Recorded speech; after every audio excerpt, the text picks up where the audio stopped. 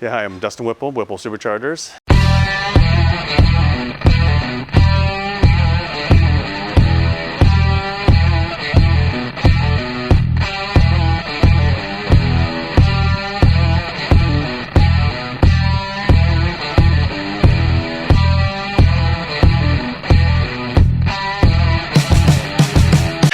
We started in 1998 as far as a supercharger company. My dad was a drag racer for about 20 years. He won a couple NHRA events, the US Nationals, and a couple others.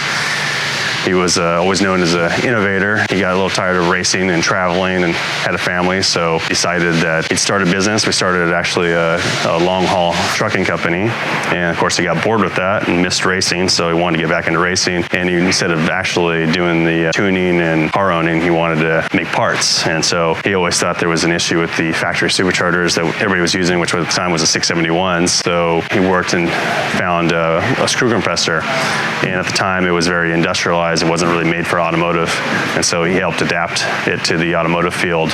And that was in the early 90s. It took quite a while to actually get the process going, find a good manufacturer that we could work with. So at that point, I was in high school, just doing the normal kid thing, and wasn't really too interested in cars at that point. But once I got my first taste of a supercharger, I was addicted from then on. So that was about 96, 98. So I basically went to college, worked basically full time, went back and forth, helped, and I basically had every job here, from answering phones to doing wiring harnesses, to polishing, to assembling, to shipping, sales, marketing, anything there is above and beyond. So I know every little issue that we ever have here. So from then we used a Swedish company at that time, and that was really good for a long time. We kept growing and growing, built a lot of kits. They decided to basically put money into a different kind of industry, and they basically went broke, and we were left without a supercharger manufacturer.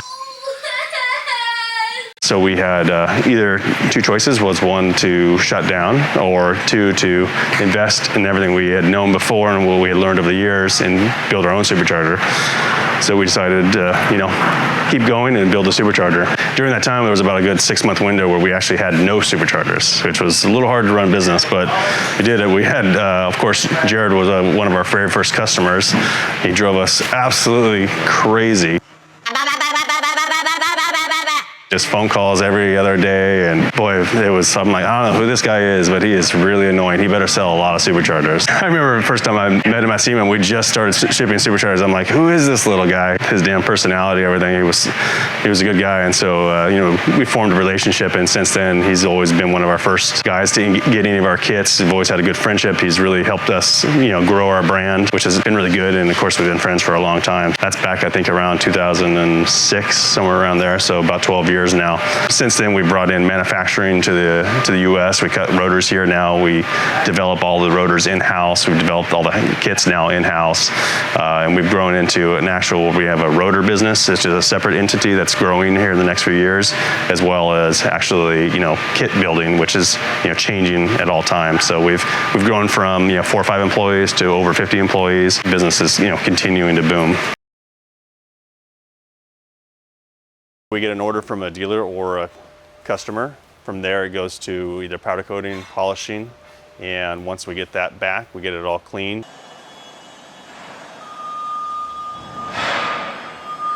And it goes through an assembly process.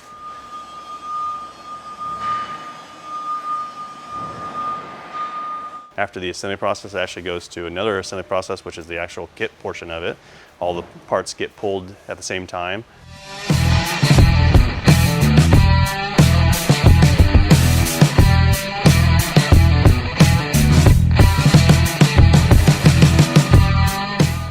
From there, it goes to shipping.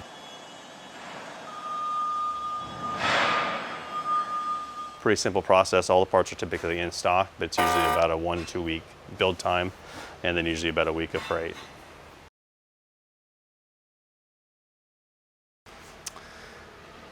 I'd say so far it's been the 18 Mustang. It's been challenging to fit it. It's also challenging to get it done in time to actually sell it, because we started with a 100% new platform. So there was a lot of things that we had to do, a lot of steps forward, a lot of steps backwards.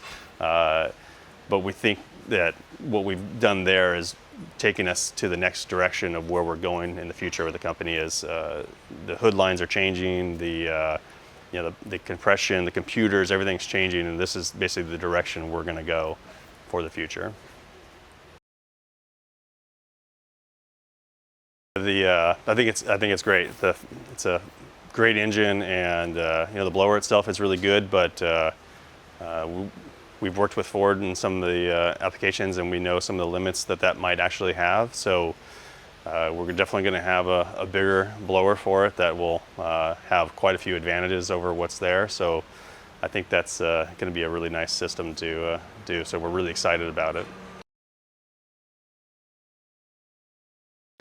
Yeah, so we have a new Gen 4 coming out for the older platform, and the Gen 4 is basically the last upgrade that we're going to do for the older blowers. So the Gen 4 will be a retrofittable blower housing and rotor that will fit into all the older applications that we already have. So it's an easy upgrade for customers, and they don't have to buy anything else. They can buy just the blower or just the rotors and get that upgrade.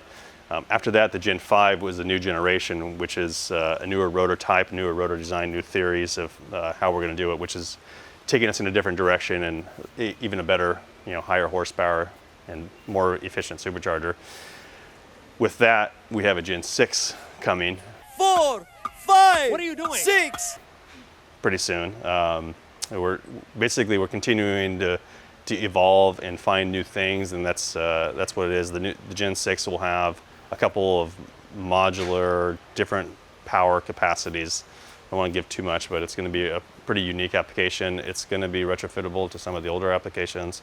It's a bigger platform than we have right now, but similar to what we have now. So, yep. So the stage 3, we do have a stage 3 coming. It's based off of E85 flex fuel technology. So it uses a flex fuel sensor, so it's live. It doesn't use inferred data. With that, it's a lot quicker response, so it doesn't have to learn knock. The minute it sees it, it knows what spark it can do. Looking at basically 1,000 horsepower, and right now we're going through testing to get it 50 state legal. So it should be the first 50 state legal 1,000 horsepower kit ever made.